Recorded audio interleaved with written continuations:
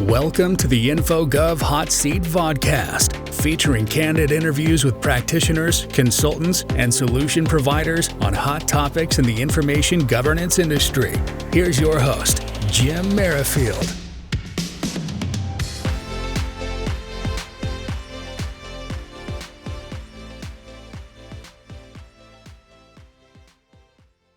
Well, hello and welcome to the InfoGov Hot Seat.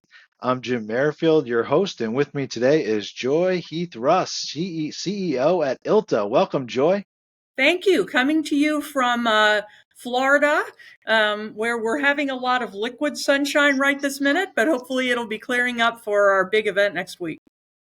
Yeah, I hope so, right? Hot and humid, no rain, hopefully. Yep. But it'll be a great time. So I'm sure you're settling in and getting ready for that big week.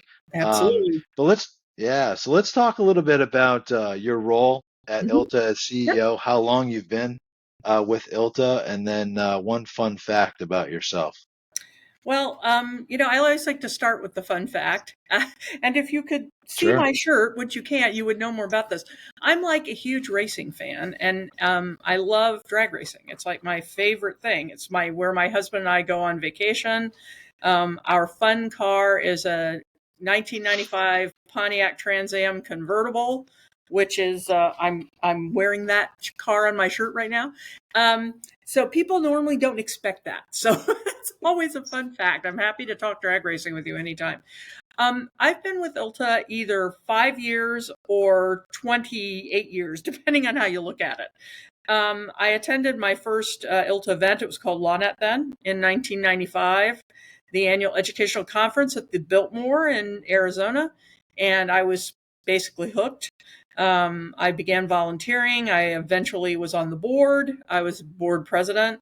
Then when I left my old law firm after 28 years, I was with a ILTA sponsor for 5 years. And so I got to see the organization from that side of the business partner side. And then I joined the staff in October of 2018. So I have 5 years coming up. And it's been a great ride, all the different ways I've been involved. Yeah, that's amazing. So almost your time at ILTA now is almost like the give back time, right? You've been in a bunch of different roles in legal, and now you've taken the association management plunge, right? So to speak. Exactly. And that was not something, I mean, when I was interviewing for this job, it was like, I'm not a professional association executive. I'll become one, but I'm not that today. I'm an executive leader. After 5 years, I would say I am definitely an association executive. But one of the things when you're in an association, I think you have this interesting combination of kind of a traditional CEO role, if you think about for an organization where you're the chief staff officer, everything on the operations side ultimately is your responsibility, but you're also a member of the board of directors. And so you're functioning in that role, not as the support for the board, but as a fully functioning member. The only thing I don't do is vote. So you're also on the strategic direction of the organization. But when you're in a mission-based organization, you also need to be engaged in the mission. That is, you need to understand, if you're involved in a cancer charity, having some experience, maybe someone in your family, it's very common to see senior leaders who have that passion because they have a connection with it. And I think that's one of the things that makes association work really interesting. You have to be operational and strategic, but you also have to be engaged in the mission. And, all of those things are very rewarding. No, 100%. I was going to ask you what's inspired you to get into association management, but I think you covered that. I mean, that's amazing. It's an amazing story, honestly. Has there been any mentors? In a lot of Go ahead. accidental way. No, it's like there are things in your career that maybe you don't connect the dots until that opportunity comes. And then you realize, I mean, I really felt like when I applied for this role 5 years ago, that every job I had ever had, including my volunteer roles, actually, if I look back, were preparing me for this. And that's fantastic.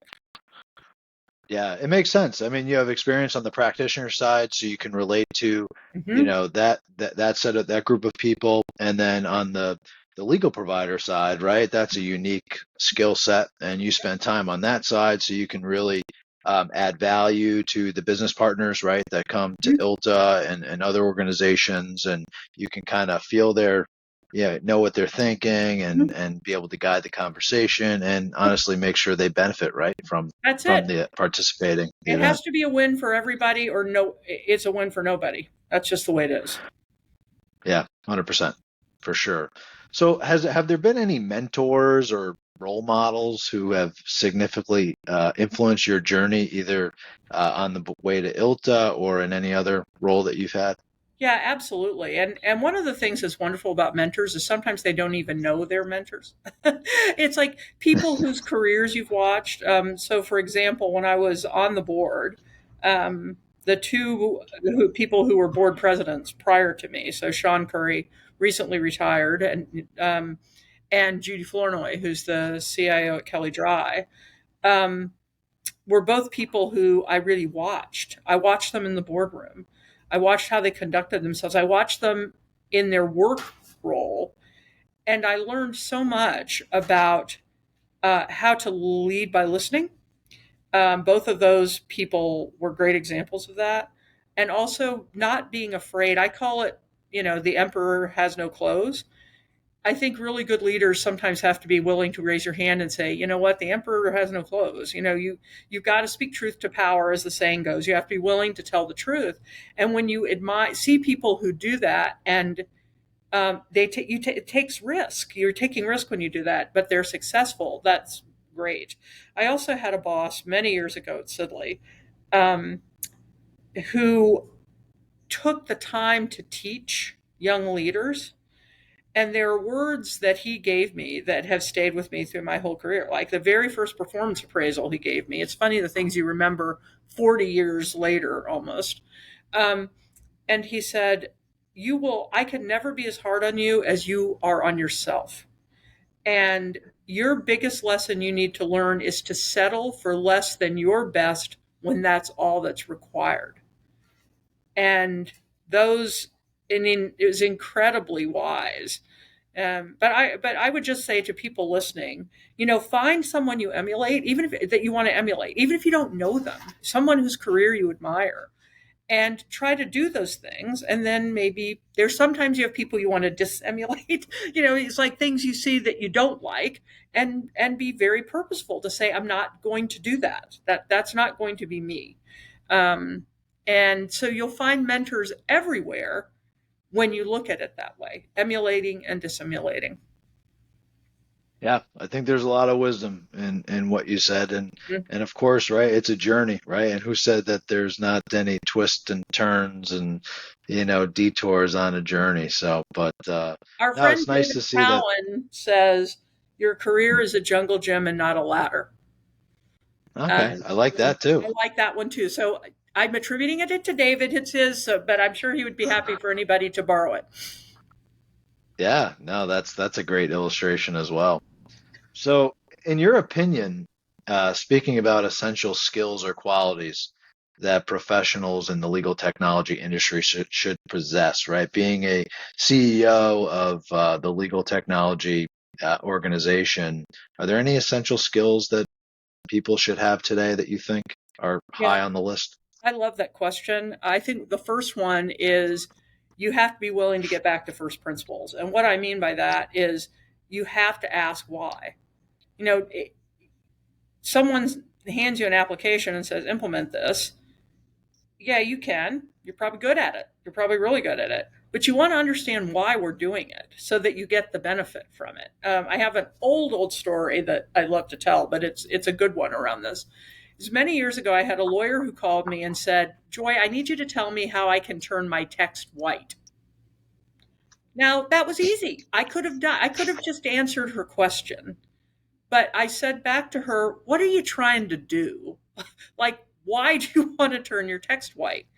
And she said, I want to redact my document electronically. And I'm like, great. I can tell you how to do that, best way to do that. But that's the difference. It's understanding, making sure you understand what benefit, what advantage, what you're trying to achieve, what you're doing and not being afraid to ask that question. Because that also helps prevent scope creep. It makes things more successful. Because it's not enough to say, I implemented XYZ application, I was successful. No, it's, did people get benefit? Were their jobs easier? Were they more, was their work more accurate? Whatever it is. So that's one. I think the second one is our whole risk-taking profile has really changed in the last few years. I mean, look at the things we had to do in March and April of 2020. It's like, oh, guess what? We have a virtual law department. We have a virtual law firm now because we don't have a choice. And you couldn't go through this very deliberative process that we generally do of rolling things out and configuring them to the nth degree. Sometimes you just had to go forward. And while I don't advocate that on a steady state basis, it says we can do it, but it also says we can be successful when we take risk. I mean, the practice of law is about avoiding risk. It's a very risk averse industry. But our ability to absorb risk has changed and needs to stay changed. The other reason I feel strongly about this right now is, technology changes so rapidly. Again, my friend Matt Homan, I like to quote, he says, technology has never changed faster than it is today, and it will never be slower than it is today. Right? Because that's just the pace of change. It's accelerating all the time. So you might have to do business with a company that's only been around 2 years because it's an emerging technology that you really need to embrace. So you have to figure out that your old methods of it has to have been around 10 years and be this well capitalized. And sometimes you might have to change the way you feel about that. And you need to figure out what you need to know to manage those risks as best as you can. So I would say those two things for me are at the top of the list right now. Yeah, no, that's great advice. Because I think we in the legal industry in general sometimes we go to events, right, like ILTA and what have you. We read a lot of information and we get sucked into just buying everything, right? We just buy for the sense of buying and not really thinking about our firm specifically, right? Like, what do the lawyers actually need to support their practice? So I think there's a lot of wisdom in that. I mean, there's great technology out there, right? But we don't have to buy the same platform from 3 different vendors, right? No, that's exactly right. And you have to understand the unique differences about your firm. I mean, and I would say if I add a third piece of advice, become business people if you're not already. Try to learn as much as you can about the finances of your organization, whether it's a law, a corporation, law department, a law firm, a not for profit, whatever it is. How do you make your money? If you're in a law firm, for example, what practice areas are the money makers? Which ones have low margins and maybe a little technology could make them really profitable? If you understand things like that, then you can also help prioritize. As one of our CIOs, large firm CIOs, said to me, the interest in technology right now in our organization is unprecedented. It's like, I've never seen so many lawyers interested in technology, which means a lot of people want to do things and you don't have unlimited resources. That's all there is to it. So part of the prioritization process becomes that understanding the business well enough to help say our investment is better made here than there. No, that's excellent. Excellent points. Marrying the two, business and technology. I think there's no way out, no other way to move forward to be successful. So thank you for that. So let's switch gears a little bit. Let's talk about ILTACon, right? I know it's actually in a few days. I don't want to really say next week because it's not really next week. It's like a few days. No, it started for us already. Yeah, that's awesome. Yeah, we're looking forward to being in Orlando, right, and Florida. So let's talk a little bit about ILTA, the conference, sessions. What sessions are you looking forward to? I know there's tons of keynotes and different topics being focused on. So tell us a little bit about what you're looking forward to. Well, yeah, it's no surprise because I think it's impossible to have a technology event right now without talking about AI. It's just top of mind for everybody. But what I like is we have a lot of AI sessions that are not theoretical. It's having conversations about where AI-enabled applications are being implemented now and not just in the practice, but there's an awful lot of business stuff going on, which also may be a great way for people to get more comfortable with the technology and learn more about it and how to vet it. So there's some, like there's one specific session about using AI and chatbots to increase the effectiveness and efficiency of your help desk. This is very practical, real world stuff. There's a fair amount of content around information governance, and I want to highlight that because of your audience. IG is at a real inflection point now, in my view. That is, it's moved closer and closer to core technology. I'm hearing a lot of our CIOs say, hey, guess what? This function now reports to me. I need to learn about it. And if it doesn't report to the CIO, it's certainly in an adjacent function, like maybe it reports to general counsel with a close relationship with the CIO. Information governance is now also part of application governance. So there are several great sessions about this organizational inflection point, and how IG is changing and how it's changing the function of technology. I'm looking forward to dropping in on those, as many as I can. There are some great conversations about legal operations and how legal operations is becoming a discipline within law firms, not just in corporate law departments. There's one of those, at least, I'm going to try to get into because I personally find that very fascinating. Our keynotes are always fantastic. I'm particularly fond of the Thursday G100, G200 recap because I work with those groups on putting those programs together. But people want to hear what large firm CIOs are worried about, because sometimes it's what they need to be worrying about in the future. Or it's also that affirmation is like, phew, I'm not the only one. I'm worrying about the right stuff. So those are some of the things that I'm definitely looking forward to. I would also highlight for anyone that's coming on Sunday, we have a special session about imposter syndrome that I think is really valuable, especially people for going into a conference, they're networking. Sometimes they're not confident about that, especially if they're a first timer. Those types of sessions can really help you. And then we have some diversity, equity, and inclusion sessions, which these are important conversations to have. For example, the executive director of Equality Florida is speaking on Monday at one of our DEI sessions. So those are some of the things to look for that are kind of different and unique at our event. Yeah, that's exciting, right? And who knows? Maybe Mickey Mouse will show up at one of those sessions. That's what You I'll never be know. looking forward to. And Goofy. That's right, goofy, right? We're all a little goofy, right, in the IT world. So for sure. So yeah, no, thanks for setting the landscape again. I look forward to being there and seeing you and the ILTA team in person. It'd be great to connect in Florida. So looking forward to that. So here's a final question for you, Joy. What's your perspective on the future of legal technology? I know everybody's talking about AI right now, but what do you think? Is there anything else that we should be focused on, or is AI kind of top of mind right now? Well, certainly AI is top of mind, but I think the bigger question that it begs is what is the right role for technology in the practice?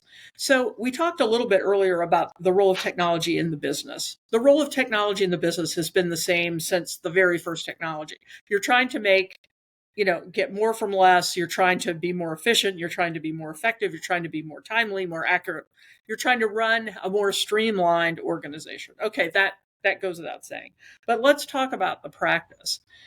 It's figuring out what is the role of human beings and what is the role of technology. That's it. And AI is right now the point that we're rallying around to discuss that issue.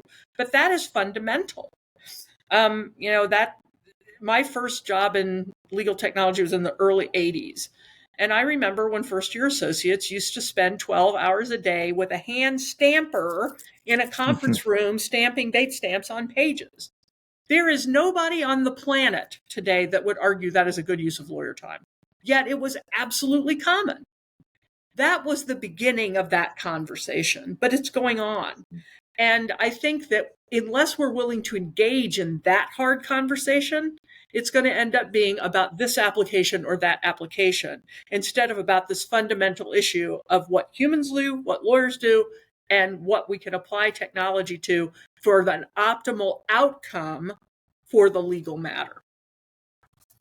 Yeah, no, I think that's excellent. I mean, it's a great opportunity, right, for firms and business partners and even corporate legal departments, right, because that's essentially law firm clients, Yes, right. to work together, right, because Yes, we're all kind of on this AI journey together. that's right. We're kind of figuring it out, right? We're trying to figure out where AI fits within the organization, and there's a risk component, right? I think clients are very careful on what they want their firms to, how they want their firms to use AI, and business partners are like, look, we have the golden ticket, right? And we're here to help. So I couldn't agree with you more. I think it'd be interesting to see how those three groups work together to put out a product for each company, right? That's right. And I'm sure, yeah. So that'll be great. All right. Well, I said that was the last question, but I'm going to give you an opportunity to give our audience some final words if you'd like. So, final word from Joy. Final word from Joy. Be ready, because there's a hug waiting for you in Florida. I can't wait to see you, those of us that are going to be there. It will be wonderful.